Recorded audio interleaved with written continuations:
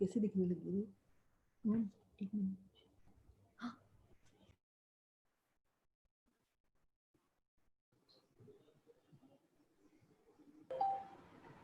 The session is now live on YouTube. So we can start at our own pace, but is being broadcasted there. Yeah, people are joining and I'm admitting. So we have a long list. So they'll be there. कौन है बंद करो हमने आपकी mic on है बंद करो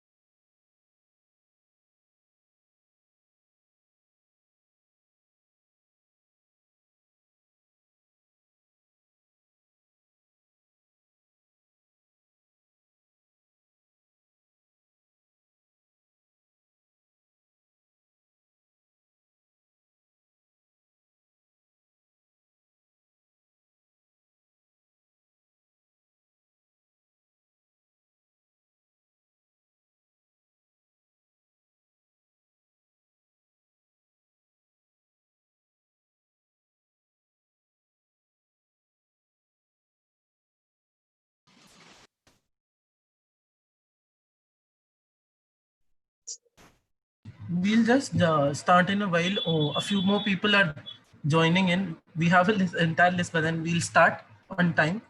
We're just waiting for others to join.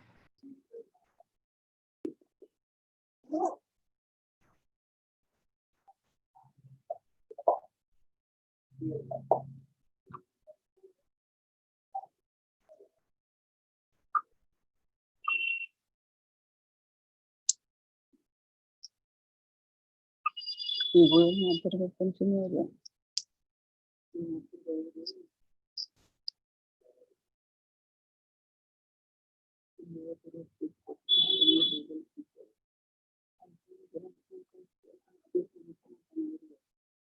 After time, I know that the magnet. You can say there.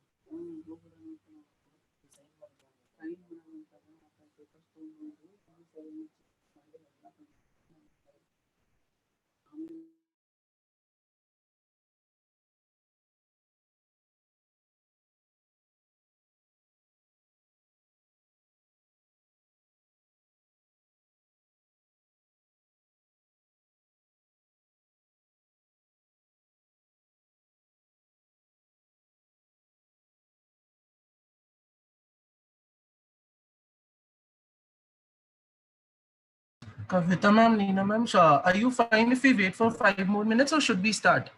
Like, it's all your call. You can let us know. Okay. We'll wait for 5 more minutes and 5:10 we'll sharp start.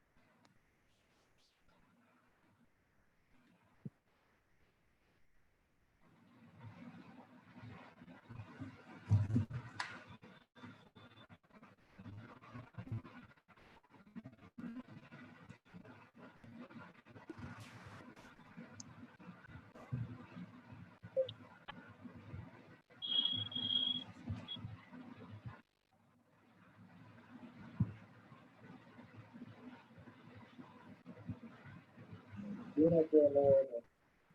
ನೋಡ್ತೀನಿ ಪ್ರವೀಣ್ ಬರೋ ಮಟ್ಟ ಕುಂತ್ಕೋಣ.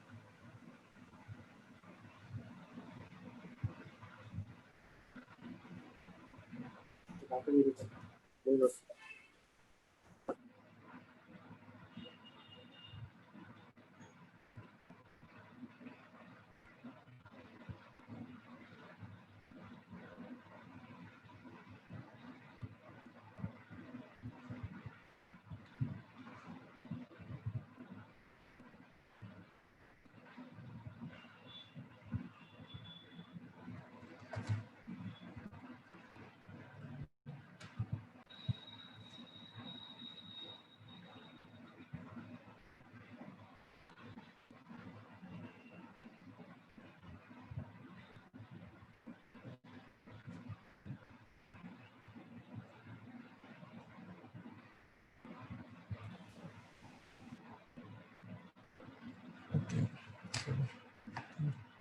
Yeah. Very good evening to everyone present here. Today, I, Arpit, the project head of Project Muskurahat, along with Shrishti and Atul, who are my project officers, on behalf of AMSA India. Uh, on behalf of AMSA India, welcome Sondarya, who is the Director of Public Health, Sia, who is the Coordinator for Public Health, and our esteemed guest, Dr. Kavita Arora, who is a Senior Psychiatrist of Child and Adolescent Health, and Nina George, ma'am, who is a acclaimed life coach and who will be taking over the session today.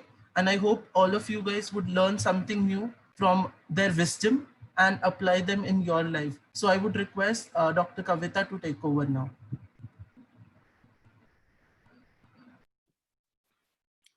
Thank you, Arpit, and good evening, everyone. I'm really glad to be here to talk about one of my favorite subjects, not just that I practice child and adolescent mental health, but I'm also very fond of children and young adults, and I find that the time I spend with them is probably the most rewarding time that I spend. And this is not to say I don't have good friends, I do. But welcome everyone. I think the way that Nina ji and I have planned this session is to actually take you through a few stories. And each one of you can see whether you identify with some of those stories, and then maybe put forward a few points of view about those stories. And as we go along, if there are questions, please feel free to put them in the chat or send to the organizers, and we'll see whether we can take some questions as we go along or at the end of the session. So I'm actually going to request Nina ji to start off with the story, and then maybe I'll pitch in as well. Thank you, Dr. Kavita. Hi, good evening, everyone. It's like Dr. Kavita said, for me also, I'm a life coach, but I resonate more with an educationist because I've been with kids for a very long time, and they really mean the world to me. And I really love whenever I'm with them. And today I thought, like, when Arpit was asking me whether I could be there as a panelist, I said, wow, yes, I'll be there. Because getting to talk to parents is something which I really feel very good.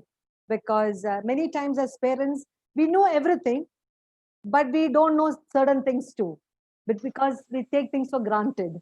So I thought, like Dr. Kavita said, we'll take you through a few stories so that maybe some of you resonate with them. So let me start off my discussion with a quote from Peggy O'Mara. She's a journalist and she's author of Natural Family Living. And the quote says that the way we talk to our children becomes their inner voice. I repeat, the way we talk to our children becomes their inner voice. This resonates so much with me because even as an adult, my inner voice is the one which guides me every time.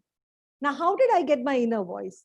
I got my inner voice through all my experiences and learning, which have come through the conversations I've had with my parents and elders.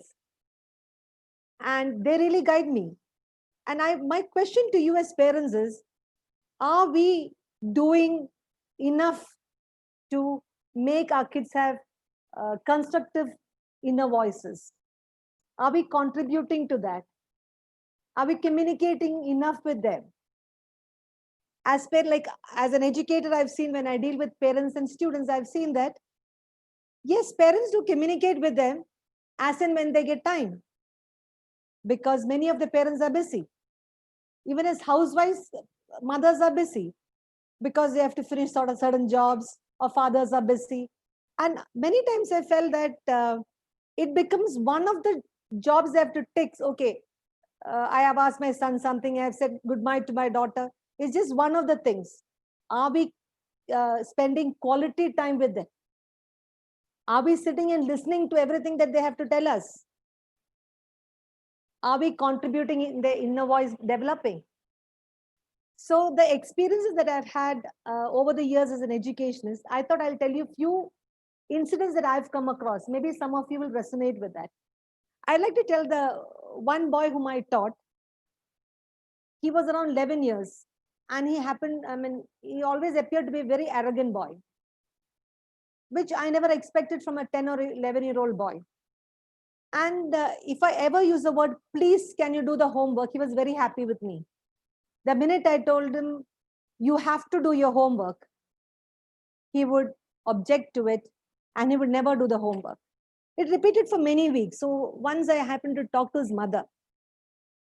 When I talked to her initially, the lady was never open about it. But later on, when I kept on talking to her, I found out she's from a broken family. The parents are separated. So for the child, and I believe the father was very, very demanding and he had a lot of authority over the mother. So anytime somebody told him, you have to do it, means that reminded him of his father. So he would go against them. That's one of the experiences that I've had. Another experience that I had is like of a boy who used to always tell lies in the class to me for everything. I mean, things like asking him, why are you late today? He'll have something, a lie to tell. Why didn't you do the homework?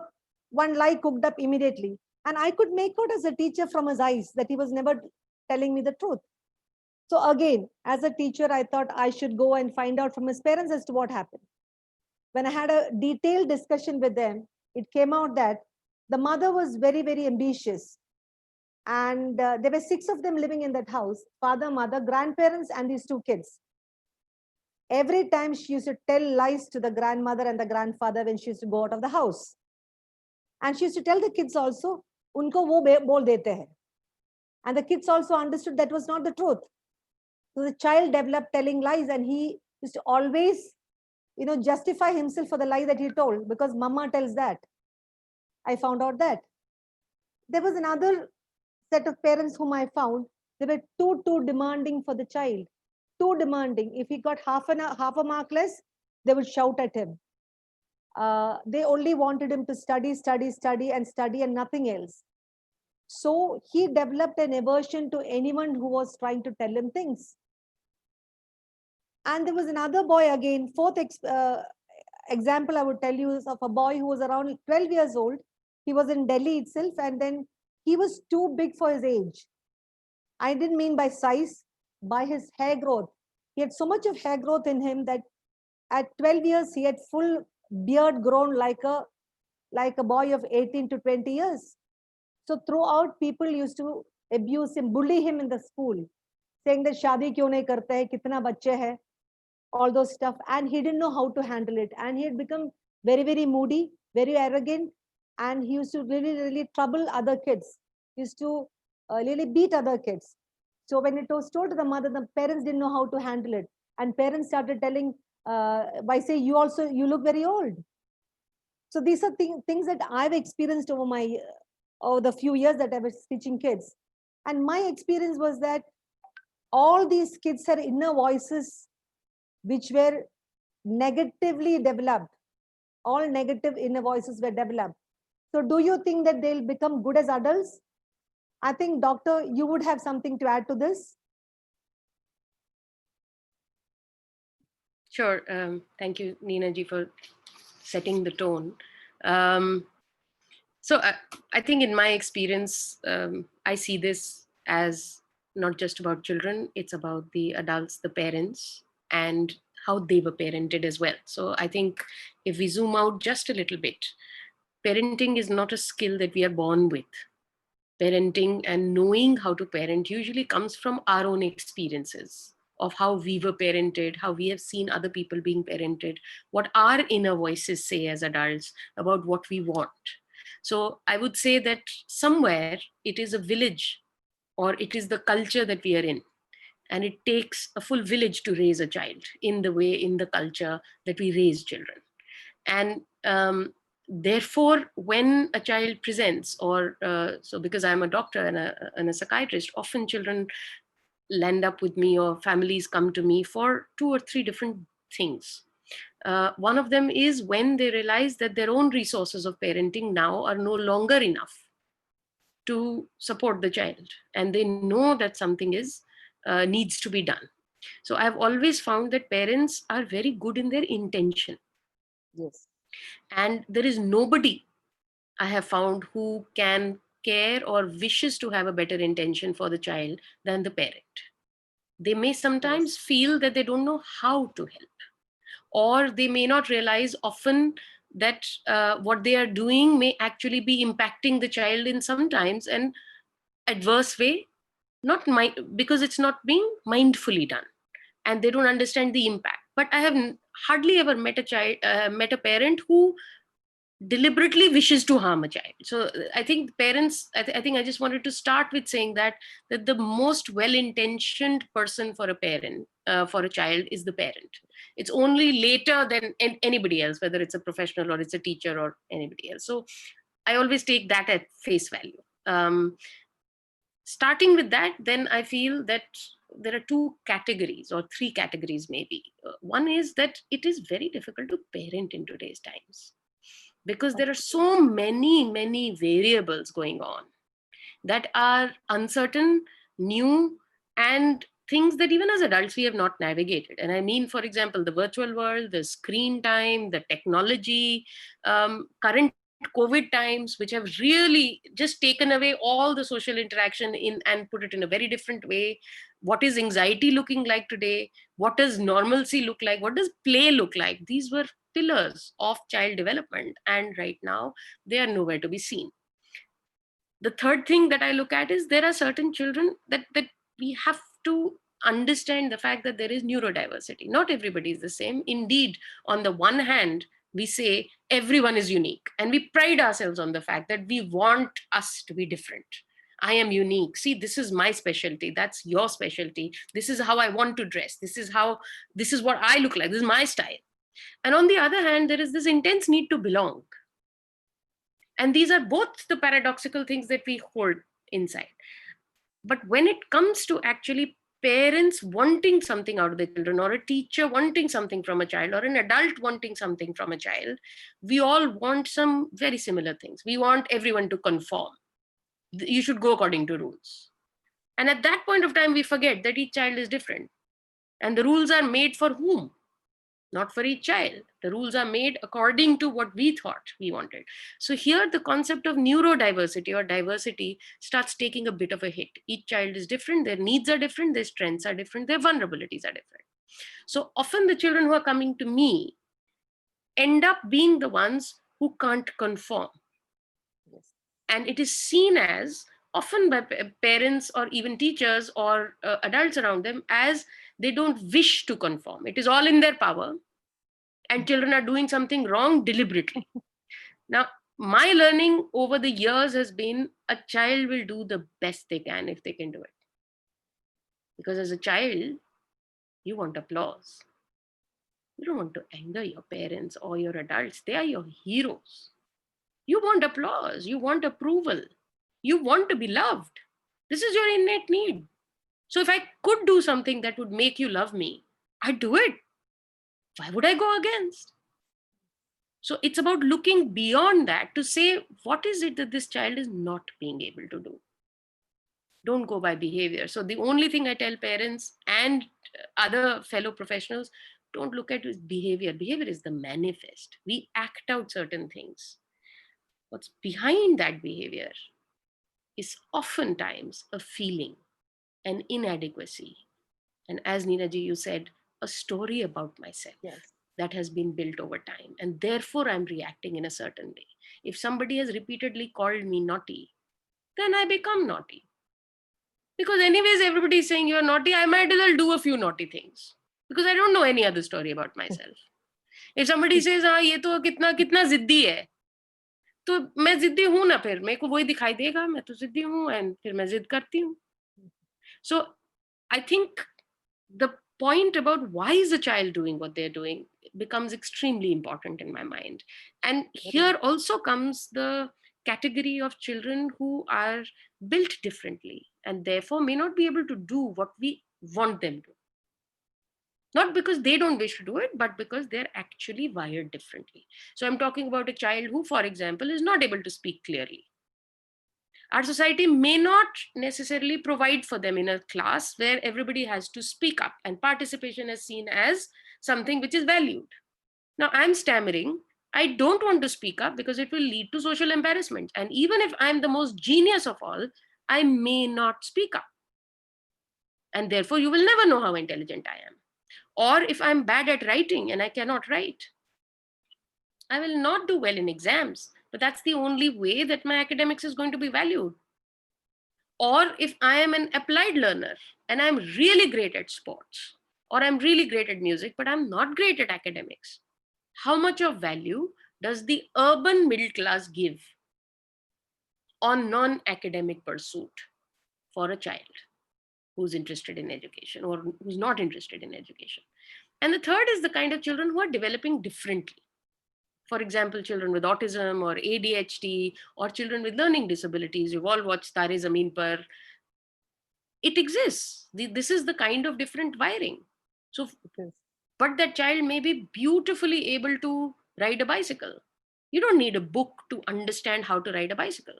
You don't need a book to understand how to climb a tree or to play football or to do carpentry or to do great visual editing. There are so many things that require non-academic intelligence, and yet often at the younger age, children are growing up thinking that unless you're good at academics, at least in the urban middle class metropolises, that the industrial system of education is the only way to educate. And oftentimes by the time they're reaching 14, 15, 16, because of lack of a supportive, nurturing, and ability driven environment or a strength driven environment, often children land up with someone like me because they have lost their self-esteem. Their stories have changed. And what starts looking like anxiety disorders, depression, lack of motivation, all of this starts coming by the time they are reaching their teens and as they go into adulthood. So that's the category which has been pushed from well-being into pathology. And I'm not talking about the category that I was speaking about earlier, where they're already wired differently, and therefore, for example, some children will not learn to speak in quite the way that we do.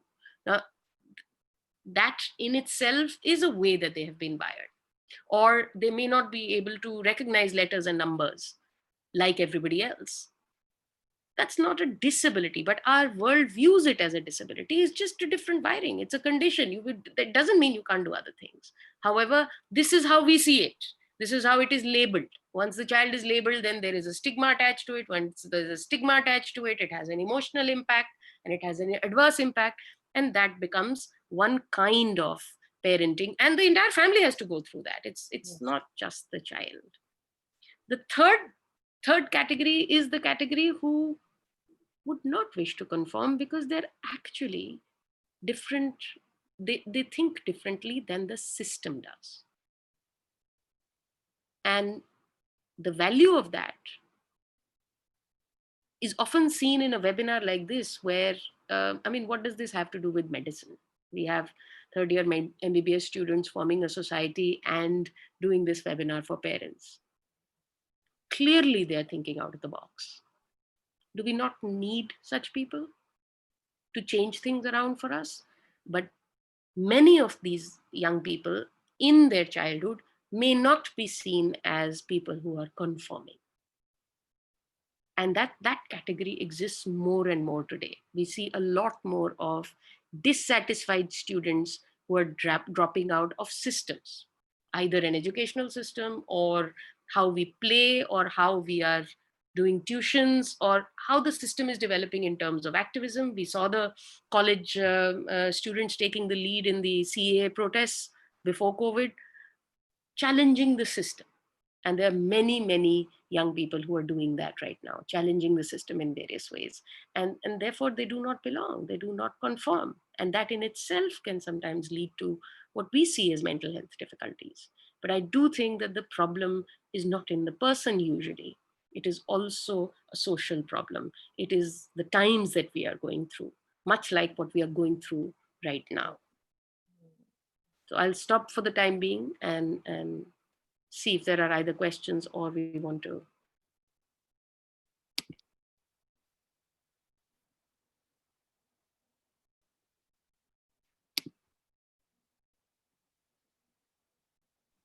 One of the speaker wants to know what care should be taken when we are raising some sensitive or anxious children. So how should we go about it? Sure. So anxiety is actually a normal primal force inside us. All of us respond to threat with anxiety. So it's actually a preserving phenomenon. As children grow, you'll find that many of them are afraid of the dark. They may be afraid of separating from the mother at age 3 or 4. These are all normal things to be anxious about. However, as some of the children will, as they grow, as they come to know new things, they will develop persistent anxiety. So what you have to look for is 2, 3 things. One is the anxiety every day? And is the anxiety something that is preventing the child from doing the things that they are usually able to do, whether it is play or it is separation and individuation in terms of independence, or it is about sitting down away from the mother or the father in a different room and actually studying, or going out. I mean, I'm not talking about COVID times, but even in COVID times, sometimes children are right now quite anxious about what might happen because there is so much uncertainty around. So one is the persistence of it. The second is the intensity. So anxiety manifests in all of us across the lifespan. And we all know what ghabrat can feel like because we've had it. So it is a universal phenomenon. However, if you have it in a way where the degree is so much that you are incapacitated, you're having a lot of, sort of shallow breathing, you feel like you're choking, you're sweating, you're trembling, you feel like you will faint. These are the signs of excessive anxiety attacks, or in its worst form, a panic attack. And this means that a neurochemical or the neurotransmitters have been actually activated inside the body. So the body is responding as if there is a maximal threat, but actually the stimulus itself was trivial. But the programming in the brain has become such that it is being seen as a trigger of maximum threat. It's like saying if you were in the jungle and there was a lion in front of you, how would you react? Well, you better become anxious, because if you're complacent, he's going to eat you up. But if you see a rat, some people will still have the same reaction. And if you see a monkey, some people will still have the same reaction. It may not be the same level. But if you see an ant, will you have the same reaction? Now, what happens in a panic attack is sometimes there is no trigger really. You see an ant and you have the panic attack. And therefore, your mind cannot make sense of what is going on, because you shouldn't be afraid of it. But you're having the attack. So the mind quickly starts trying to find a reason for it. And over a period of time, you become on hyper alert. You're looking around for what's going to cause this, what's going to cause this. And that in itself becomes anxiety provoking. So you'll see many children at the age between 7 to 12 or 13 who will start having anxiety about, let's say, thunderstorms, or about the fact that if my mother, so they're otherwise have grown up all right, but suddenly at the age of 7, 8, or 9, they're worried about the fact that if dad goes to office, what's going to happen? Is he going to come back all right? Is he not going to come back all right? And these kind of worries are, for a short period of time, they are normal worries in all children, for all of us. But if it persists and it's impacting the child socially as well as in daily activities, then we say this could be the start of an abnormal anxiety reaction, and that needs help more than just telling the child to be brave. Because if I were going to be able to be brave, I would be brave. But doctor, do you think that such anxieties that kids have, like you said, when the child sees an ant also they react. So do you think that parents can talk to them and make them understand about it at an early stage? I think for every human, emotion, the first stop is the parent. So I'll tell you a little bit about an experiment that was done about this, in which a small child, so you can look this up, it's there on YouTube in the public domain as well. Basically what this did was a very little child who doesn't have depth perception yet. They made a small table on which one half of the table had a glass, so you could just see the floor, and one half of the table had the table on it and a checkered, so you could see that you were on a surface. Now this child was put on one edge of the table and the mother was on the other edge. And the experiment was twofold.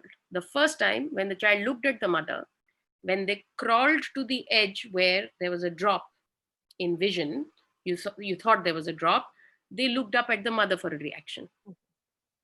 If the mother is, so the first time the mother was told to encourage, smile and say, yeah, come. And the mother is smiling and the child crawls over 85% of the times. The second time the mother was told not to put that face on. And the mother just did. And 68 to 70% of the times the child didn't crawl. So they are not, what that made us understand is that children are not relying just on themselves to respond to the world. They are relying on what the parent is responding in terms of that stimuli. So if I'm anxious about something, it is very likely as a child that I will look up to the mother or the father. So if the mother and the father are saying, hey, this is there is a very high likelihood that my anxiety will go up. So yes, you're right. We can respond beautifully. We can help the child understand the anxiety and the dar and actually deal with it. However, I'll say one disclaimer. Some children do have, and this is a small percentage, it's not a large percentage, because anxiety is very normal. Some children do have anxiety disorders. And in them, you cannot dismiss it, because the child is then not being able to do the usual coping mechanisms. And you might see that there is a lot of tearfulness and it might impact the rest of their life, in which case it really does need treatment. So if it persists beyond 2 to 3 weeks and beyond the usual reassurances, so all of us have been afraid in life, but with the usual reassurances from a parent, from an elder brother, from friends or whatever, we usually get over them. But if you see a child who's not getting over it, it's starting to impact. So I see a lot of children who refuse to go to school, who have not gone to school for a year because they were afraid. Now, this is not normal because they've not been able to get over them. Yeah. Or in the second phase, you see that you keep substituting. The child has gotten over one with the reassurance. 3 weeks later, they've got another fear. 2 weeks later, they've got another fear. And this keeps happening over and over again. Then a lot of the time is being spent fighting the fear. And that time should have actually been spent growing up and doing healthy things. So in both these cases, and when the child is so abnormally anxious in terms of degree of anxiety, I would say that's the time to take professional help. And there are children, especially I think in the last 4 to 5 years of my practice, I'm seeing that in the younger age group, 7+. Earlier, we used to get anxiety more in the teenage group. And it was a lot to do with social anxiety. It was to do with when I've started going out to parties. Now I'm very socially conscious, and over a period of time, I've got anxiety about how I look, who I am, my body image, all this. But more recently, in the last 5 to 8 years, I've actually started seeing far more anxiety in the 7 to 12 or 13 age group. Doctor, when you said that you see this in the 7 to 8 age groups, for me personally, I associate that with I don't know whether I'm correct in saying that. I see a lot of young mothers working now, and most of the time the kids are with the servants. So does it have an impact? Because the older generation, they were with their grandparents.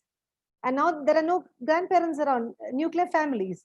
So most of the time the kids are with the servants. So does it have an impact on them like that? So, Neena ji, I'd like to sort of do a disclaimer here that I think this is a change in culture. It is not one set of parents who is going out and doing. Our culture has changed a lot. And there are certain choices that families have made over a period of time. Those choices are about saying that we want economic provisions. Of course, yes. Yeah. Yes. And so in one dimension, children are provided with a lot more. Yeah, they are going to good schools, they're having sports, they're having lots more things. So in that dimension, I think there's been a lot of what parents would see as progress. They're being able to provide that rather than deprivation. On the other hand, like you said, that has meant often less time spent with the children. Yeah, and it may be that there is somebody else who's looking after the safety and the usual daily provisions that a child might want.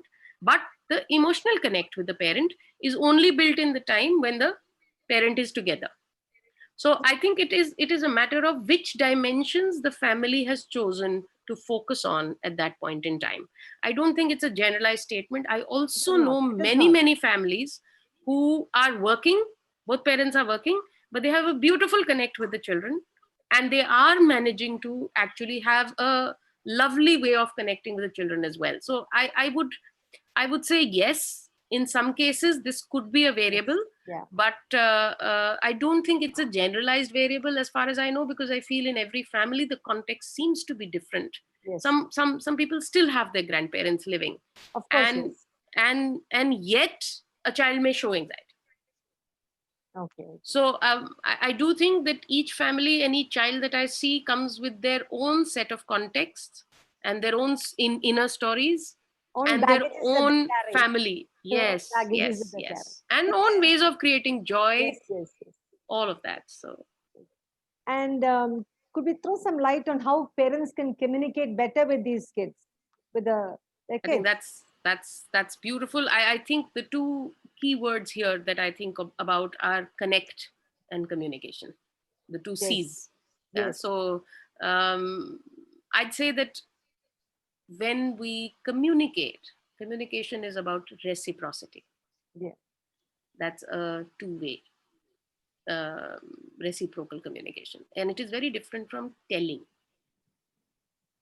Often parents will come to me and say, सुनता नहीं है, समझते नहीं है जो हम कह रहे हैं इन्हें. So, and when I sit down with a child on a one-to-one and say, mummy नहीं समझती, मम्मी नहीं सुनती, पापा नहीं सुनते, and then I make everybody sit together and say, you both are saying the same thing. What's going on?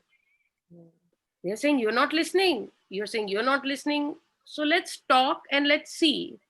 And we do something very small. And I speak to the parent as well as the child. And I say, if you pledge to yourself that I will first understand and then I will be understood. I will first listen and then I will speak. So communication is about first receiving so that you can respond. It is not a singular way of, I will tell, you will listen, you will do. So that's an instruction. And it has its own place in parenting. I'm not saying that it's not important. We all need to be instructed as well. I mean, in teaching also, you can't have two-way communication all the time. There has to be a delivery. There has to be instruction based. But this is not something that builds connect. And this is not equal to communication. So when we say communication, it is two-way. So I often tell a parent, just look at when you're walking out and you're holding a child by their hand, when your child is very little, look at the pace that we usually walk. And often I find that the child is holding the hand and running. Because the parent's stride is obviously much wider. So the child is running to keep up all the time. Similarly, you go out anywhere, you go to a restaurant, there are very few restaurants which have three different height of chairs. They all are the same height of chair. Either they have a baby chair or they have, so children are all sitting with their legs dangling because all the tables are of the same height. So what does a child see as they're growing up? They see an adult world. And we've all seen that. We've grown up in a world where we are waiting to become adults. Are children really citizens of the world? So I often ask parents, really, are we just waiting for them to grow up? Is that what childhood is about? Or are they also citizens of the world? But this is what most children carry. And I've had the privilege now of sitting down in rooms, in groups, in one-to-ones, and speaking to children and hearing them and communicating with them. And they all think it's an adult's world. There's not a single child who come across and say it's a child's world. They are waiting to become adults. That's what we are telling them as a message. And when they wait to become adults, they lose their childhood. Well, I think they're not in the present then. They're not in the present. They're not living their present. They're trying to live the future. And that's the sense they get. I'm not okay and worthy as I am. I have to become someone. I have to become older. I have to grow up before I can be worthy. So if I'm not worthy as I am, I'm not okay as I am, I'm not good enough as I am, then I always have to keep doing something to become better. And that's not a very nice story to carry. That's So right. coming back to communication and connect, the connect is about actual curiosity about what the child's world is. Connect is about really knowing the inner world of your child. How is your child thinking? And how are you communicating with them about what you are thinking? Are we in a hurry? Or is it okay for the child to tell us their version of the world? Because that's when true connect happens, even amongst us as adults. If you see me talking and I'm looking at my watch or the phone and I'm speaking on the phone while I'm talking to you, will you tell me something personal? Not at all. I wouldn't. You don't have time for me. And if you have time, you don't have the mind space. You're not totally present. So should I be totally present and tell you something which is beyond the first layer? Maybe not. And if children see that, this is how they learn to communicate. They will also give you 1 or 2 layers. So if you truly wish to connect and communicate, which I think is, and this is something I'm asking parents, I'm asking everyone nowadays, what has helped you during COVID times? Because we are sitting in the middle of history right now. It is a beautiful learning opportunity to understand what's important. What has really helped each one of us? Is it our qualification and degree that has helped us right now to sustain? Is it the several hours of geography and history that we read in school? Is it all the money you may have made? What has really helped? And if we have an answer to that, because everybody's answer is different, but the broader answer is my ability to connect is one such thing. My ability to be able to communicate who I am, how I'm feeling, and my ability to be part of a collective. Because if nothing else, COVID has shown us that you can't be alone. So if I don't understand how to socially integrate myself as part of a larger collective, if I'm not part of a community, how does everything else matter? And what matters? So I'm asking this to everyone, and I'd like to ask all of you as well, because my answer has changed in the last 6 months. Completely. And it seems to be changing every month. So I hope by next year I will have a different answer. But right now, the pillars that we had made for ourselves with such knowledge and such, sort of confidence that this is what we are running towards and this is what we will achieve. And by this age, how many of them are still standing? And therefore, is it not time to rethink what is it that are, and here I'd like to say one thing, that often I find children and young adults telling me, whatever my parent, whatever you, Dr. Kavita, even if you say something to me, but you're doing something else in front of me, I learn to observe. I will do and take in what you're doing, not what you're saying. Because all of us have that thing. We have an inner wisdom, isn't it? All of us do. What people call vibes. Yeah, I can understand the vibe from the person. Yeah, it's not very scientific, but it is truly scientific. So if you study psychiatry and psychology, there are theories about this. And everyone has it innately. You know when someone's lying. Just like Ninaji, when you recounted this one, you know. What tells you? What tells you? There was no evidence. The eyes, Besides the eyes words. speak. The eyes, the body language, the demeanor, and the knowledge of the why. You understood, you saw the pattern. Even that child most probably knew that he was lying to you and that you knew he was lying to you. Yes. What is that? What science, which brain circuitry is telling you that? Which brain circuitry is telling you that he knows that you know that he is lying? This perspective taking, this empathy has circuits in your brain. Yeah. They exist in each one of us. And we all know it, and children know it much more because they are not yet layered with other circuits. They know when we are lying. They know the falsehood, just like we do. How is it that mummy knows everything? A lot of kids say, mom को तो पता चल जाएगा. कुछ भी कह लेंगे, mummy को पता चल जाएगा. And they're right, mummy isko pata chal jata hai because of the tuning in. This is called attunement. You don't need to speak. There are mothers and parents who will come and tell me something is wrong with my child. I don't know what it is. You can help me with that dog. But I know that there is something not okay. And this tuning, we don't talk about it as science. We don't talk about it as medicine. We don't talk about it as something, but we have it. Some people call it intuition. Some people call it sixth sense. Some people call it vibe, whatever you might name it. It exists. Please trust it as a parent, because you will know when your child is not doing okay. And doctor, in your when you have kids coming to you as teenagers, what are the normal problems, the general problems that they come with, if teenagers are coming to you? So I'll tell you two very, very paradoxical things, Neena ji. One is the teenagers don't want to come to us at all. It's the parents who get them. Parents who get them. Parents, Yeah. for sure. And there are three things they come for. पढ़ाई नहीं कर रहे. This is the urban middle class I'm talking about. अरे ठीक से पढ़ नहीं रहा है मेरा बच्चा, इसके मार्क्स कम हो रहे हैं, 9th में आया जब से, उसके बाद से पढ़ाई नहीं हो रही है. कभी 8th में होता है, कभी 9th में होता है, कभी 11th में आते हैं. These are the most years where the volume of studies has suddenly increased and marks have started to matter, because 7th तक तो इतने मैटर नहीं कर रहे थे.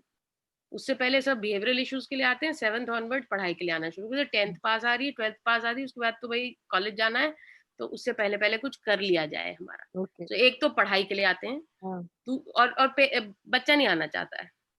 For sure they don't want to come. The other is behavior. सुनते नहीं है, बात ठीक से नहीं करते हैं. Look at the anger, look at how he's not. And the third thing is phone, screen time. Okay. These are the three things that parents are coming. Young people are coming and they don't want their parents involved. This is the age of 16 to 25. And they say, we will come to you. Please don't involve our parents. They are coming for confusion, self-exploration, issues with their sexuality, issues with their gender, issues with relationships. And sadly, issues with, I don't think there's any point in living. Okay. So the highest suicide rate in the world is in India, in the age group of 18 to 30. It's the highest in the world. What do you think the reason is for that? Is it stress that causes them to get into that? I wish there was a singular reason. I think we would have found an answer, and we wouldn't be sitting with a statistic of highest in the world. Yeah. So I think there are many theories about why it's reached where it has reached. Okay. But many of those theories are based on social constructs of where we are at. We are a transitioning society. Our culture is right now transitioning from a time where rules were more important than anything else to a time where rules are no longer important. And many people are questioning authority. It's the young ones who are doing that. The second part, which I feel quite this thing, is that slowly the structures of our families have changed. Yes. And this is the generation which is growing up in nuclear families. This is the generation which is growing up without neighborhoods. This is the generation which is growing up without a set community and a sense of belonging. They are having to find their own belonging. Even if they belong in a large extended family or in a community which is religious in nature, many children are saying, we don't want to belong here. We want to find our own sense of belonging. So the sense of community, which is slowly getting eroded, makes them needy and lonely. But there is no other place to go except the most accessible one, which is the virtual world. Yes. So this attraction to the virtual world, to video games, to social media, where the value system is very different. It's a totally different ballgame. Yes. It's not about social interactions. It's about something else altogether. Because while you know that you are projecting something onto your Insta, you're not taking into account that everybody else is also projecting something. It's not their real life most of the time. But you believe it's their real life, but this is not your real life, you know. Okay. Yes. So I think there's a lot of different social factors happening right now. I do think that the propensity towards depression and anxiety disorders is increasing. However, I do not think that many of the suicides that are happening are necessarily due to a mental illness. I think there is a larger force at play, which is far more social in nature. And I can go into that, but I'm not sure whether we want to go further into it right now. No, I don't think we need to go into that part of it. I do think it's important, but It yeah, is important. we'll Yeah. change. Yeah. And then, I'm coming back. Sorry. please. I'm coming back to the previous topic. Some of the parents have a question that these sensitive children, these anxious children, they have an aversity towards conflict. Like they can't deal with it. They don't know what to do. So how should we make them ready to, deal with such situations? Like how should we urge them to do so? So, I mean, I think if Nina ji wants to answer what she usually does as a teacher, because I think teachers do a lot in that area, and then I could About answer maybe. Anxious children, how do we make them face the conflicts that they tend to avoid? How do we make them face the general situations that they are running away from? see, one example that, one thing that comes to my mind about my student is I told you about the child who was much bigger than his age. And he was running away from that reality of that, he came and asked me one day, and he was so anxious about it. He wouldn't want to go to school at all. And he started telling me that, ma'am, shall I shave off my beard? What can I do? How will I go? How will I live? Mummy, Papa worried about me. Mummy, Papa, they don't want to take me anywhere because they feel that I'm too big, because they don't want. I believe the mother never used to tell his age to anybody. That used to make him much more anxious. So what I did was I made him understand that he's my most beloved student and I love his bearded face and I've fallen in love with his beard. That's what I told him. So he used to always ask me, ma'am, do you think that I really look handsome in this? I said, I cannot imagine you without that beard. That's what I think. So this is how I give him self-confidence. And now he is abroad. He's working abroad. So recently he sent me a message, ma'am, I still have the beard on. And I still look handsome. That's what you told me. So this is what I did as a teacher. Because I didn't know how to cope with it. Because, see, right now, ma'am, if you ask me as a life coach, now I would have methods to deal with it. But as a teacher that time, I didn't know what to do. So I thought best thing is to tell him that you look the best the way you are. I love you the way you are. So, doctor, that's what I adopted. Sure. That and you're worthy as you are. You are good as you are. You're good as you are. That's a really good message for any child to get. Yes, and for any parent, you love your child the way he is or she is, because she's the best you could ever get. That's what God gave the child to you. Agreed. I mean, this is my message that's what I dealt with. And I made the parent understand, doctor, like the father refused to talk to him because the father thought that he was different in the way he behaved. So, in fact, I talked to the parents first. Sure. And I started telling the dad that he didn't have a mush. I mean, he was clean shaven. I said, why don't you also start growing a beard? Maybe he'll feel good. And the parent did try that. The father did try that. And he really came out of his problem. He really came out of that problem. That's what I adopted as a teacher. So I can give a couple of other tips. Yeah, sorry, Srishti. So quick tips on.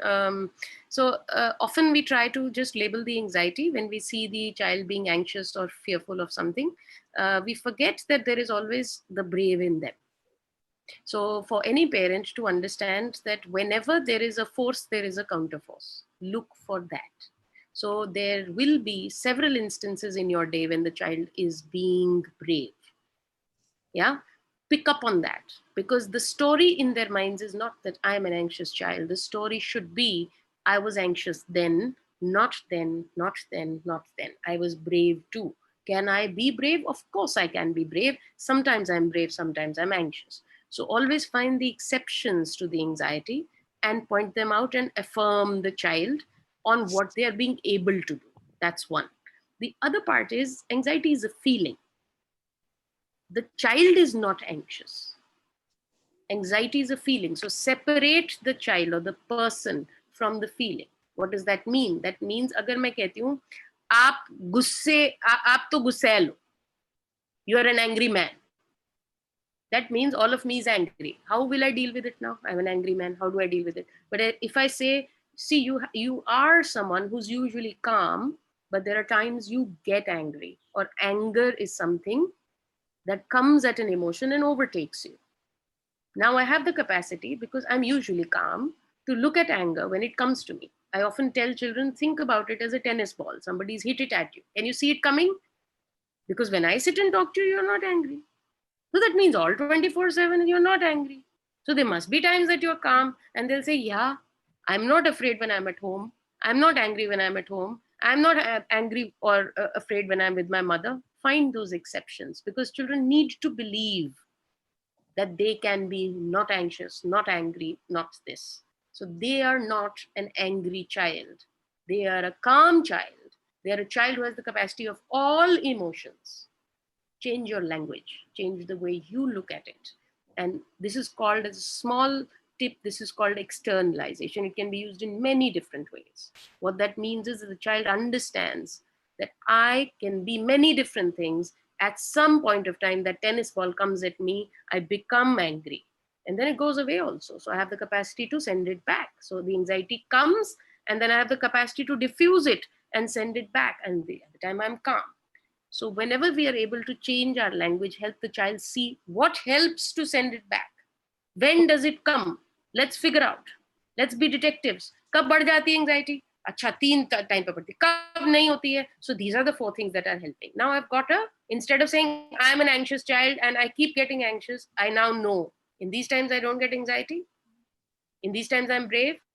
This is what helps me, and that gives me an armamentarium how to tackle it. So I would say, as a framework, this helps anxiety in any kind of way. Find out the good and the bad, basically. What is good in them? Let's find out that. Ma'am, one of the parents has a query that their child is very intelligent, sincere, giving, and a very happy child. But because he's a single child, I believe he's inclined towards making friends which are concerning to the parent. Like, I think the concern is that the child is not able to make some friends or something like that. So, like, as a single child, what all challenges do you think a single child faces, and how it can be difficult for them to perceive the world around them? Okay, I'm not completely sure whether the question is about the fact that the child is not being able to make friends because they're a single child, or it is because they are making the kind I'm of not friends so that the sure. parent, yeah. Yeah. So I'll tackle both, and I'll say that sometimes single children, and again, it's not just about being single, because many single children have lovely, loyal friends, and many of them are doing very well. So it is not the singularity that's important. It's also the temperament of the child, and it's also about what kind of social interaction and opportunity that a child is having and has had. So instead of looking at it from the point of view of single child, if we are able to look at all the context about what it is that the parent is really upset about. Is it that we are not being able to provide in the nearby neighborhood children of the same age, and therefore there is a lack of social interaction and therefore a lack of sustained relationships? In which case, is it a matter of just opportunity? Which school are they going to? Because school is a very good place to start making friends, because you have a lot of peers, even if there are none in the neighborhood. But I think what I heard, Srishti, was also what is happening very often. The children who are lonely because of whatever reason are often in the online world or in their neighborhood starting to make friends who may be much older than them, or sometimes people that parents do not know. So they are not necessarily in the social circle of the parent or from school. And therefore, parents get worried about, is this the right kind of company that my child is keeping? Because they may, especially if it's somebody much older than you, they may be talking about things that are not age appropriate for what you think your child needs to know. And that can create worry about safety. So the paradox that parents are holding nowadays, especially in teens, young teens, is the paradox of safety and freedom. How to ensure safety for their child in today's world where there is a lot of access available, versus this is the age that children also want freedom. And you want the independence to develop because that's a skill set, that's a set of life skills. The child needs to learn those life skills to become independent by the time they're adults. And yet, we have a tendency to make sure that our children are safe as well. So holding these two paradoxes, I think I think the question is about that. But I mean, if the parent could maybe write in the chat box, I don't know how helpful that is, but I think it is a difficult balance between safety and Yes, single freedom. children always have, I mean, I've got only one son, doctor. So I know like when kids are single, I think the parents have a lot to do with developing their social skills because because you're the only one around. So if you communicate with them better, they understand the world better. If you tell them that if you over pamper them, they are going to grow as good for nothing citizens. So as a parent, when my son was growing up, I was very, very clear that he has to be growing up as a social child, not as a child sitting inside. I over pamper him, I overprotect him, because if I overprotect him, maybe it's good for that point in time, but he has to be independent. He has to live independent. So I think, I mean, as a parent of a single child, I feel it's got a lot to do with the parents as to how they make them socially acceptable. They teach them social skills and communicate with them all the more because they don't have a sibling to communicate with. Sure. The next Completely. query that most of the parents have is that it's mostly about connection only. So, how do they talk to their child? So, one of them is asking that if the child is not studying, how do they talk to them? And then there is another parent who is like, if the child is showing signs of mental illnesses, for instance, OCD, depression, so how do they connect with the child? Like, how do they approach the child? Because children tend to, you know, pull themselves back and not talk to the parents at all. So, how is the parent supposed to go and approach the child in all these situations? Should I try first, Neena ji, or would you like to go? Yeah. Okay. Yes, doctor, please do. Okay. So I think what I said in the beginning, some of this, again, there are strategies, but each family is different. So I often tell children to tell parents to set out time and tell the child and say, let's say Friday evening is going to be time that we are going to be together. Let's say 7 to 8 p.m. every Friday. I will set out time. My phone will not be there. Your phone will not be there. We will do something together. We will have fun. We will connect. And it's not an on-demand time. I will not ask you or interrogate you, because connection is not about interrogation. You're not there with an agenda. You're there to connect. Play with them. Ask them about their world. Start with more neutral topics. Once the child is aware that you really wish to connect, it is not about just finding out how they're feeling. That's when they start doing. And many parents have done it as even, just every day. So in the really little ones, for example, just every day at the end of the day, there is a small listening circle, there's a small circle time, there's a time for the family. You make these little rituals where you are also sharing about your life. For example, what happened in my day. So it is about sharing and communication. It shouldn't come with an agenda of, I want to find out what you are up to. I want to find out with curiosity, but I also wish to share.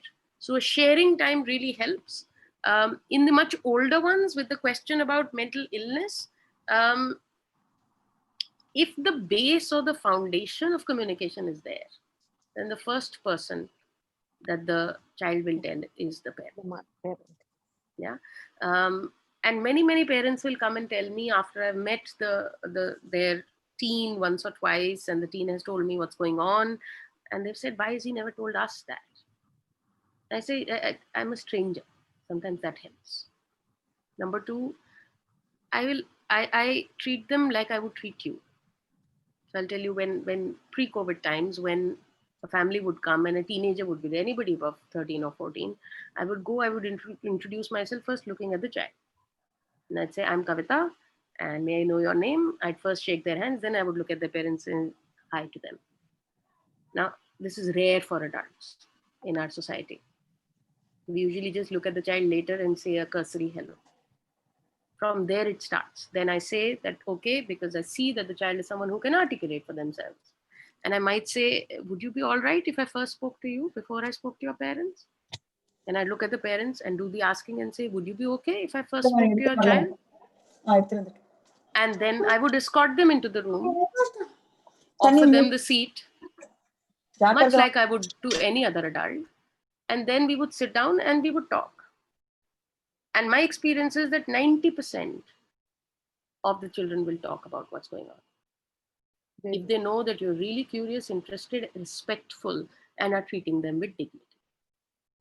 And that's true of adults, but that's also true of children. So how do you listen? You know best how to talk to your child. My suggestion would be don't talk. Listen first. Just listen. Yeah. And I feel, doctor, having an eye contact when you talk to your child is very important. Not Sure. that you're cooking and the child is telling something, or you are doing something else and the child is talking, because then they start feeling that, then she's not interested anymore in what I'm talking. I'm just So, talking. be completely present. Completely Be present. completely present, because it's important to listen to them and for them to see that you are there to listen to them. And often I tell parents that don't react. When you're listening and you're in the listening mode, one of the biggest things is the difference between a reaction and a response. A reaction is when, what did you do? And a response is, okay, that's surprising to me. I'm going to have to think about this a little bit, and I will come back to you tomorrow and talk about it. I'm feeling a little bit confused. So you give yourself time to respond and to look at it, because you're listening at that point in time, and your child hasn't told this to you because you were going to react, and they know it. And the reaction is going to be averse. Now, if they've taken the courage into their hands and they have told you, then now the ball is in your court. You have to make sure that the communication channel is going to stay open and they're not going to feel judged. So you have to work on yourself and listen before you react. This is one of the most difficult things for any parent to do. So I'm not saying it's easy, and I'm not saying that anybody's perfect, but I would advise, be very aware of your responses. If you want the child to keep communicating and for you to communicate with them, be as authentic and genuine as possible. That's and I the way to feel connect. when you correct them, you need to give them reasons why you corrected them. When you tell the child, don't do it with all the force that you have, tell them why you told them not to do it. What are the, you should make, so that is possible only if you start having a, channel open with your child from the time they're very young. Absolutely. Like doctor said, like have a, discussion time whenever you're sitting for dinner, whatever it is, like have a time when you start, like in our house, doctor, what we do is I'm the one who shares my experience from morning till evening first, then my husband, so my son is supposed to do it. That was what in the earlier days, but now it comes very natural to him, because he has to tell me things, because there's no other way, because he's so used to it. Sure. So that gives a lot of freedom for them. Absolutely. And respect. So I often say, yeah, connect before correct. yes, prevention is better than cure in any case. Ma'am, Jia Singh has a question, and I think she'll ask us now. Jia, are you there? Hello, Dr. Kavita. Actually, my question is to you. I have like a adolescent daughter. She's like 21 years of age, and the other one is 16. And since I'm also working and I'm also anxious, normally we push our kids, because we are also in professional line. We keep on teaching them, what next, what next. Now you have to apply for college. Now you have to apply for job. This is what you have to do next. So sometimes I feel very bad, because in somehow I'm pressurizing my kids, because they are not living the life I would like and love them to, be in that time. Like when I was in college, my mother never used to push me for anything. That time parents were calm enough. We got our jobs. We are doing good. Our parents never bothered, never, as such, they were not after us. Today, I have a dilemma whether I have to be after my kids and keep on telling them the future, and they are, living in future now with me and becoming anxious. I want them to live their life now, as a 16-year-old, just enjoy the world, love music, dance, everything. But then I see what other parents, join this competitive exam, coaching class, this, that. I feel sorry for my kids sometimes. And I don't want to be a wrong parent, because if I give them a easy life and tomorrow my kids don't become anything, and then it is bad on my part. I'm really confused, how to go about it. if you can guide. Sure. So Jia, that's a lovely question. It's a dilemma more than a question, and I think it's courageous to own up to the dilemma in today's times. And I would say that your awareness about where you're at and the dilemma itself is the starting point. You already are aware. Now, the age at which both your children are, involve them. You're on the same team. So the 21-year-old is an adult. The 16-year-old is the next adult. Sit down and speak to them about this dilemma. They will have a viewpoint. But it's not about what their viewpoint is. It is about the fact that you're creating a discussion forum. So what are you showing them in the process? What you're showing them is some dilemmas are not in an individual. Some dilemmas are created due to the social construct and the times that we live in. Those dilemmas are not about the person. They are about the fact that many of us want to be part of the social times. Ask them whether they would like to be part of that. Ask them how they feel about all these things. Discuss it. You may find that over a period of the next few months, one of them may change their minds. They may tell you how they are thinking, and you may be relieved. Because you may find that they are already thinking about these things, but not articulating them. And now they've got a space to talk, and you're not holding this anxiety alone. They are actually finding that there is a space where all three of you can talk about it. There is no pat answer to this dilemma. But if they own the discussion, then this sense of regret that you're talking about later on, will they look back? Will I look back and say I was not a parent who drove them hard enough? That regret will never happen because you discussed at every point. You were aware and you were taking steps together. You're on the same team. You're not fighting for them. They are not fighting for themselves. You're all on the same team. So my suggestion is always, when the kids are old enough, let them be the captain of the team, but be there. The vice captain is very important. So you have to, and often I will say that in the corporate sector, when parents come, I tell them, you see, initially when children are younger, you have to be managers. But when they grow older and reach the age that you are at, you have to become a consultant. Understood, ma'am. Thank you so much. Very well said. Ma'am, now due to the time constraint, I think we'll have one last question. So someone wants to know that during this pandemic situation, their son, the only child, wants his say and becomes adamant in listening to others. So how should they deal with this? And he's intelligent but cannot accept what others are saying. So could you throw some light on this? So like, why do you think that this pandemic so situation is making? So there's not enough information in that question, but I can make a hypothesis. See, most of us forget that children are the one factor in this entire pandemic situation for whom their entire life has been thrown off the rails. It's true of every sector. But for children, there's not even a voice. There's not even a forum which is talking about how this is affecting children, except for the education sector. Because according to everyone, well, they just have to sit at home. And because everybody else is at home, what's the problem? The only problem is they can't go outdoors. But you see, what has happened is that there is a huge deal of uncertainty that has cropped into every child's life. All the various things, whether it was going to school, has gone away. When will school happen? They don't have an answer to.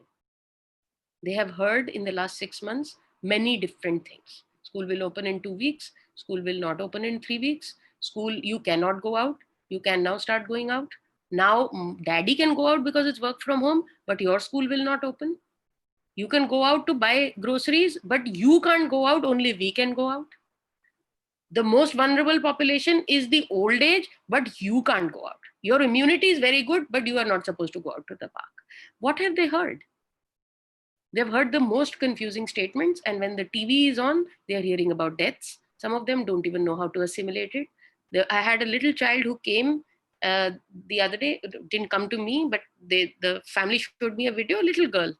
क्या है बाहर? बाहर virus है. कौन सा virus है? Corona virus है. She goes and she locks the gate and says, अब कोरोना अंदर नहीं आएगा. This is her understanding of corona. Because all the news that we have, all the understanding that we have is made for adults. What are the children understanding about what's going to happen in life? So what they're dealing with is uncertainty. The uncertainty of my dad's at home, but he's locked up in a room with a computer, which is more important. So work from home is happening, but because I never knew what work looked like, because dad used to go away to office, mom used to go away to office. I didn't know what work looked like for them. Now, when he's inside, sometimes he's out, he's on the phone, sometimes he's raising his voice, sometimes he's not looking at me, but he's at home. All of this is a big change for the children. Online education is a big change for the kids. Not having friends is a big change for them. So what is this child saying? This child is saying, I can't control anything. Many children are feeling that the uncertainty means they are not in control of anything. So what are they doing? They're doing something to exert control over the environment in which they can. And for some of them, it looks like, I will not eat this, I will eat only this. So children are saying, I will not eat what you're cooking, I will eat. So many children are doing comfort eating. Many of them will say, we will not sleep at the time you're telling to sleep.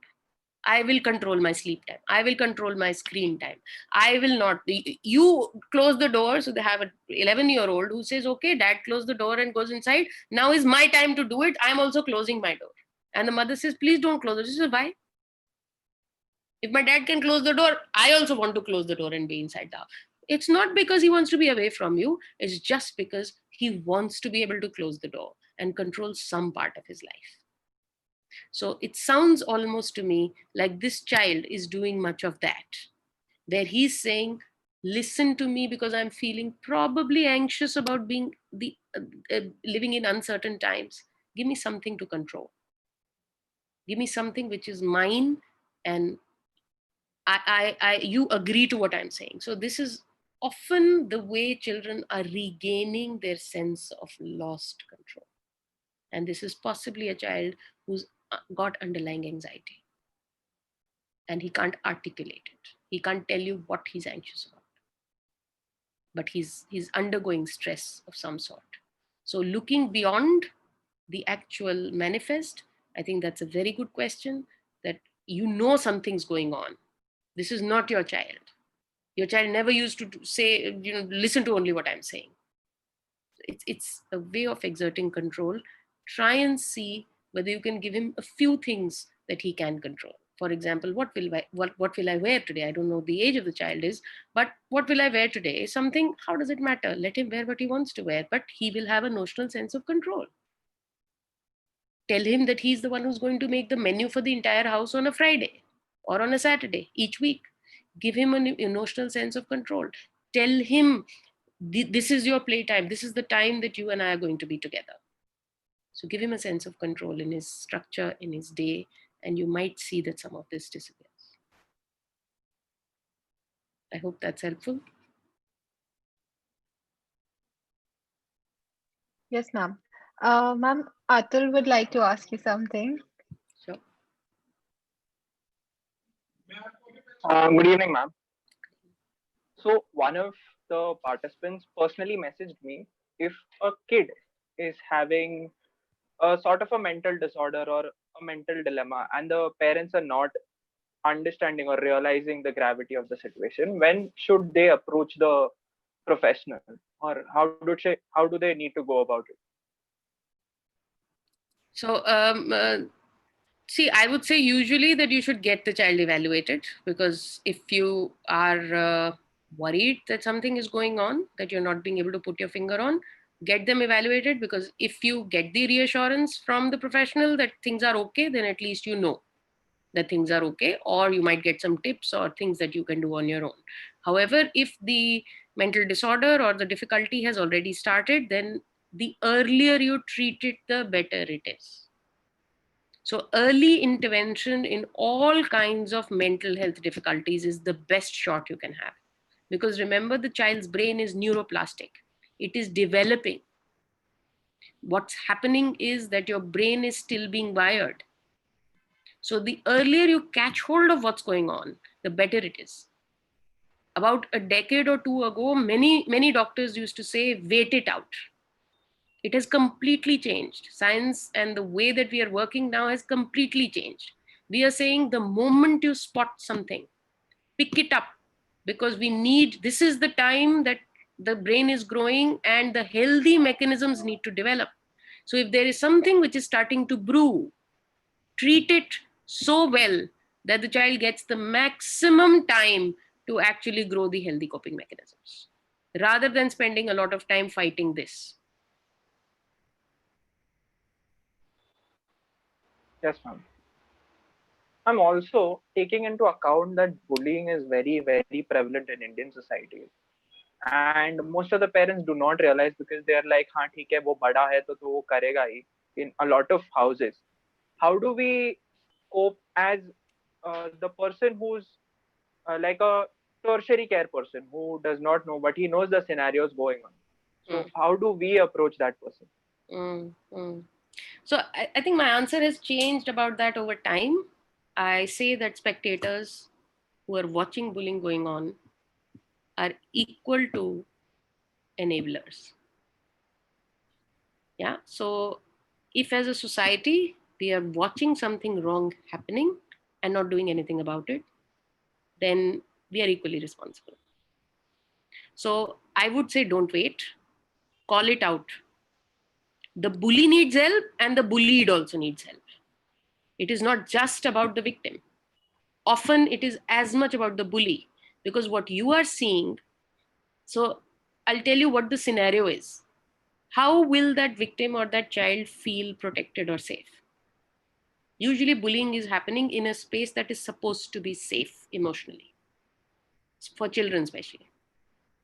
I'm not talking about adults in the workplace. I'm talking about children. Either in school, the bullying is happening. Now, school is otherwise supposed to be an emotionally safe place where you're sending your child, or in the neighborhood, which is a play zone, or online. How else does bullying happen? Otherwise, it is in the relatives and the house or the next door house. So if you are supposed to be in a safe space, and in that safe space, you are actually being emotionally abused, which is what bullying is, then your concept of a safe space is lost. Will you trust any space in life? You may not. And if there is anyone who steps in and says, I saw what happened, you are not alone. Regardless of the outcome, regardless of what happens later, this person will say, if someone else is watching, the space is just that little bit safer. Now, this victim will also speak up at another time for someone else. They will not remain a spectator. So unless we take the responsibility, so often we talk about the Mahabharata and we say that it is कि द्रौपदी का चीरहरण किसने किया था? पूरे दरबार ने किया था ना, एक जने ने तो नहीं किया ना. दुशासन और दुर्योधन क्यों हम कहते हैं कि गलत है? पूरा दरबार बैठा था and they let it happen. Are they not responsible? Is the space that we create not responsible? That's a question that I have dealt with. It's up to you to feel whether you would like to do that or not, because it's not easy to do. But I would encourage all of us to think of ourselves as not spectators who are passive, but as people who are willing to take action and create safe spaces for all our children to thrive in. I don't know if that answers the question, Atul, but that's an opinion. It does, ma'am. It does reflect. Ma'am, there's another question since you spoke about neuroplasticity. So does epigenetics have any role with playing how neuroplasticity works with individuals, or is it something else altogether? Okay, that's a very different tangent altogether. Everything, epigenetics plays a part in everything. That's a blanket statement. Okay. Yeah. How? Time will tell. We're not entirely sure. Yeah. But especially in the mental health arena, and especially in the arena that we are talking about today, we are talking about parenting practices, but we're also talking about mental health disorders, but also difficulties. What Corona has also shown us is that when we are continually stressed, our responses change. They may not lead to disorders in all of us. It may not lead to mental illness in all of us, but our responses do change. And as our responses change, how will this impact the rest of our lives? How will it impact the rest of the generation coming after is something we don't know yet. We are still in the middle of it. We are in survival mode. We are not yet past the stress. We will only know with time to come what actually the effects of the pandemic are going to be on the mental health of all of us. It's like saying that 10 years or 20 years after the Second World War, there were still veterans who were suffering, although the war had gotten over. 10 years after the tsunami happened, there are still families who were uprooted completely. 5 years after Kashmir and this and that. So the effects of a trauma which impact a population only come up several years later. And how that is going to change our wiring over time is not something known to us. How that is going to affect plasticity in any way, I don't think that we have the answers yet. Yeah. Go enough. May I ask one question? Like sometimes the communication gap between parents and children arises because of even the generation gaps of mindset. So how will that issue be addressed? Like even now, like suppose now the world is changing, we have AI and all, like we are becoming more and more dependent to technology. Children are exposed to technology at a very young age. So their childhood will be different as compared to us. So how we will understand their mindset or like address that like as future parents, like Yeah, I think it's a beautiful our question. mindset will be different and the child's mindset will be different. Like, Yeah. So I think the first step again, Onkar, is accepting what you're saying and accepting what is. So the first step is always awareness. The first step is to acknowledge that such a gap exists and it is possibly going to widen because of the circumstances we are in. And I think that's always the first good step, the awareness.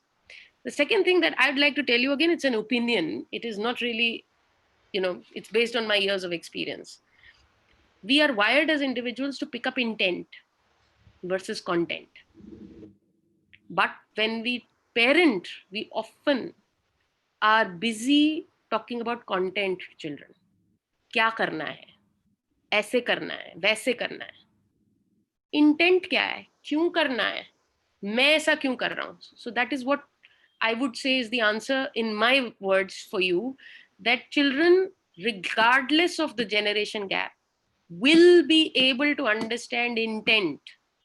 So build your intent, help them understand why you want to connect, help them understand it's not about the how, it's not about the large bits of differences in your world and their world and how they are growing up. It is about the intent to connect and stay connected. What does that give you? What does that mean to you? What does that mean to them?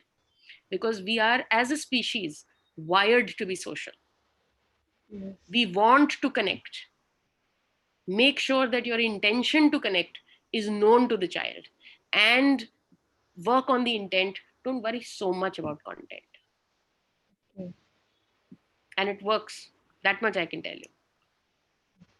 I also see I've got gray hair now. But when I talk to a 7-year-old or a 14-year-old, they say you're much younger than our parents. It's not about what I talk. It's about my intent. I am going to be present. I don't have my phone with me at that point in time. I'm only there for them. And I'm curious to know about their life. And I actually am very happy to know about their life. And each one of us picks up intent. It's far stronger than content. It's my learning. And this hasn't come from the book, so you can't quote me on it.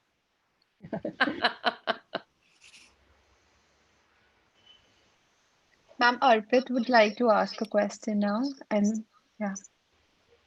Yeah, so my question is my question is directed to Nina ma'am. What I have experienced in my colleges, I still remember my first day of college when students of my batch were asked, why did you join MBBS? And as expected, the normal answer was because our parents are doctors, or someone had a thing that our parents are doctors, so we naturally grew up in that environment. What I feel as a student is people are confining their children to take the profession that they sometimes wanted in their life or maybe could not pursue. So do you ma'am, do you think it's just the parents who need to understand that children have their say, or it's also to children, like they should become advocates for something that they really want to do in life? Ma'am, you're on mute. I mean, if you ask me, I personally feel that the children, because when we were young, it's not that we had a say in that. It's our parents who decided for us, most of us. The parents said, okay, do this, we did it. And many of them regret also. Many of us regret what they did or what we didn't do. But at least I feel personally in this generation, y'all should have the right to decide what you want to do. But if you need help, you can always ask the parents. But not that, I mean, here I would like to tell about somebody whom I've really, something which I've really seen. When I came into Delhi a few years back, my friend's son was studying for his entrance exam. And I remember seeing him with drooping shoulders with the thick entrance books, sitting there and coming out and saying, I used to ask him, what are you doing? Oh, Nina auntie, I'm studying for entrance. And 2 years he did it and he didn't clear it. So then later on, I got to know it was a mother mother wanted to become a doctor. She couldn't. So she wanted to see her son as a doctor. So that's what she was trying to do. Now this child, after 2 years of trying, he didn't get through it. So finally he did his literature, BA literature from Delhi University. He went on to do law and he's one of the best corporate lawyers now. Now, you tell me, if he had gone according to the mother's wish, would he be a good doctor? I don't think so. I don't think he would have been a good doctor. So that's my answer to you. And I've always encouraged you all to think like that, isn't it? Yes, definitely, ma'am. So we have one last question from Shreya, which says, what goes through a parent's mind when they refuse to let their children choose their profession or partner of their choice? How can children exercise their rights to choose?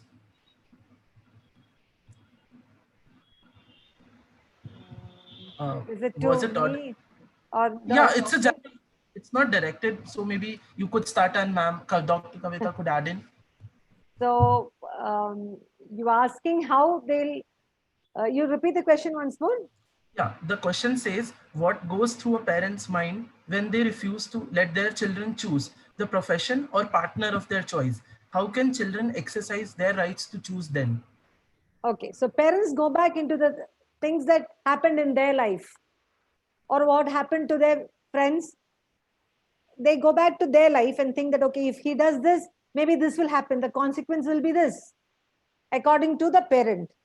They're not thinking from the child's perspective at all. So if your communication, if your rapport with the parent is very good, you can make them understand that this is what I want to do. But it depends only on the rapport. If your rapport with the parent is not good, you cannot exercise it at all. Because even now, there are some parents who just don't listen to the kids at all. Yes, doctor, what do you say about that? I think it's subjective, isn't it? I mean, Yeah, it's just clearly the subjective. question, clearly It's the question is subjective. coming from a place where it's a felt experience. Yes, It's an experience for somewhere, them. That's it, yes. yeah. So I'd say, Shreya, that how do you do it, or what goes through a parent's mind is different in each parent. Each Often parent, yes. their intent is not to harm the child. They are going with the intention of trying to prevent harm. And what is difficult for the young person to understand often is, why is it that they're relying on their judgment of the situation more than my judgment of the situation? What makes them feel that they have a better judgment than me about this situation? So it becomes a power struggle rather than a question about intention. So usually what goes through a parent's mind whenever they're deciding for anything is, I think I know what Better will than harm, what will harm my child. I think I know what will be better for my child, because I know my child sometimes even better than them. yes. So that's usually how a parent is thinking. Of course, there are other parents, due to other reasons, sometimes they're family reasons, or they're parents who feel that we have to go according to certain rules, certain religions, certain we hear about the extreme, these things of honor killings and all of that. So those are not questions that that we are addressing. So that's what I'm saying, that there are so many different subjective answers to this question. How do you assert if you feel you have a different voice and you do not want to go into the profession? The accountability is yours. If you take that on, are you willing to take the consequences? It's about that. Take ownership. If you're willing to take ownership. Take the ownership. Yeah. So I'll share a very little thing about my life. I didn't want to become a doctor. I'm a doctor today. I like it now. But my parents told me to become a doctor. I wanted to become a journalist. I rebelled completely for many years. And during MBBS, I didn't study too much till my third year or fourth year, till I actually saw patients. And when they asked me questions that I didn't have answer to, that's when I started studying in final year during my things.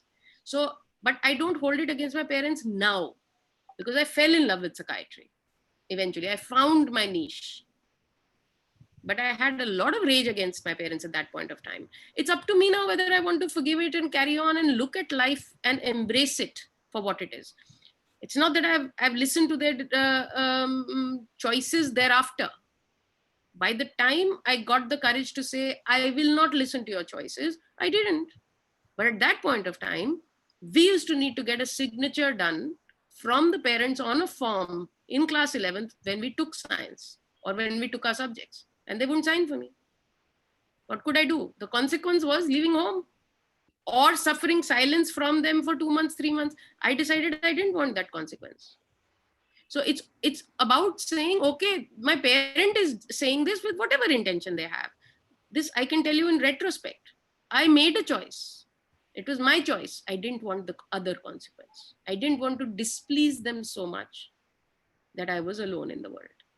Now, this is the extreme extrapolation of accountability, but this is what life is about. As you grow up, you will have disagreements with your parents. You will have disagreements with your colleagues. You will have disagreement with your partner.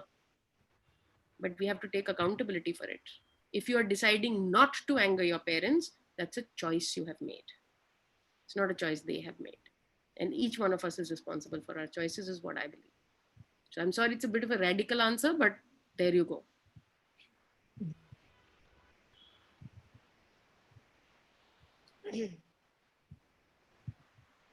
So we're coming to the end of our session because most of the time limits and everything. But one thing that I wanted to put forward here after listening to the whole conversation was that every point, it was very brief and crisp for a lot of people. So, as in, we had kept this session only for parents, but we did make sure that a lot of young adults did join because they're going to be the next generation of parents coming in line. So since looking at the field, it's been very informative for them because they thought that they're learning something new and different, and you could connect to them. Somewhere down the line, they wanted to hear all of these at the back of their heads. And even when Neena ma'am had told the story about her student, there are people, I myself had problems when I was in my school, and while I was listening to it, I was like, okay, fine. I needed a teacher like this and I could have grown better. And all of these were like an eye-opening session. I would love to have more such sessions in case we get permissions and so. And we really thank you on the team of AMSA and PHRD for y'all to spend your time here telling us about things, informing us about, giving us the knowledge and giving us a wider scope and horizon that we can do better and we can have a better future. May I ask one last question, please? Yeah, sure. Like suppose, like I understand like humans are imperfect, but kabhi like suppose like if you have a very like emotional and sensitive kid and like कभी parents या घर के members कभी उनके सामने बहुत झगड़ा करते जोर से बात करते या if by mistake if they break things and all they can get scared and that can stay as a scar till adulthood. So and because of that also like these sensitive people can be very conflict averse and they मतलब उनके अंदर वैसा उनको लगता है कि like they feel like running away from conflict instead of facing it, like Yeah, so how can this problem be addressed?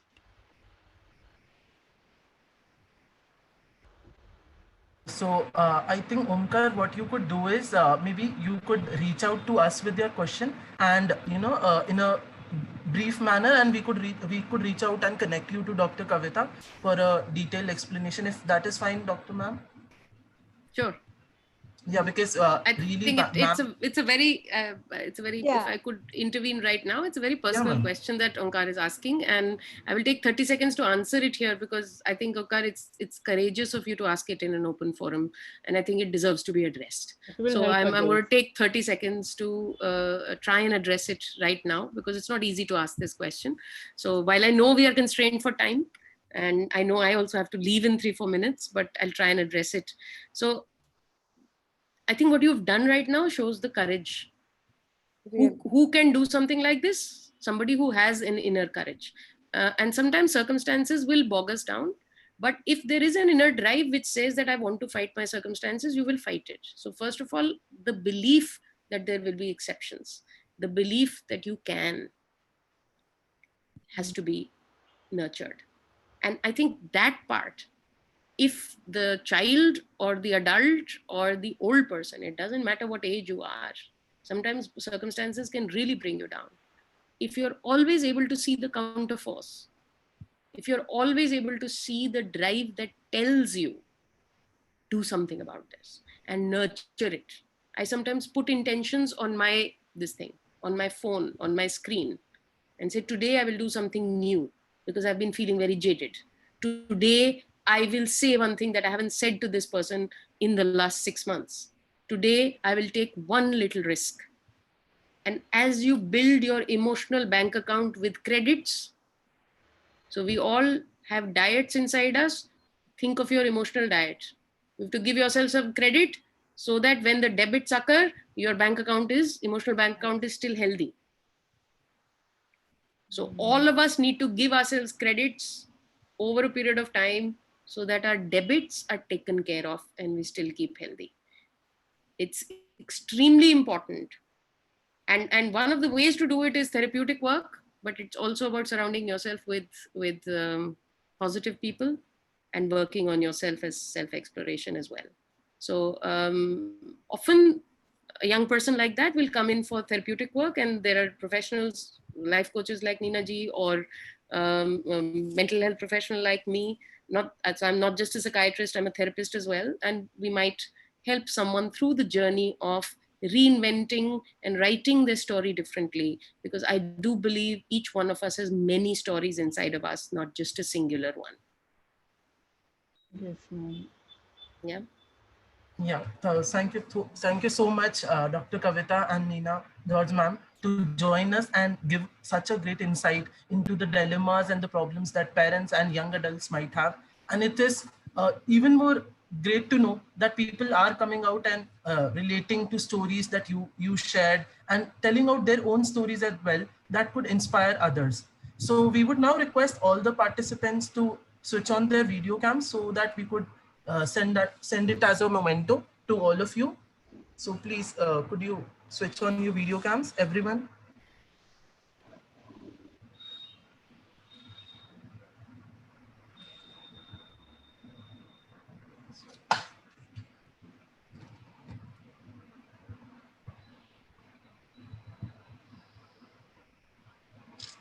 Ma'am, 1 second.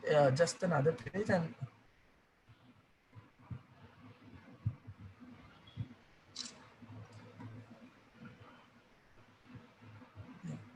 Thank you so much, Dr. Kavita and Nina George ma'am, for joining us. And it's amazing to have people like you talk about it and create more awareness. Thank you, AMSA India, for giving me and my team, Shrishti and Atul, this opportunity to bring out such an event to such a large number of people who were so interactive and come in asking everything. Thank you so much. Thank you, everyone.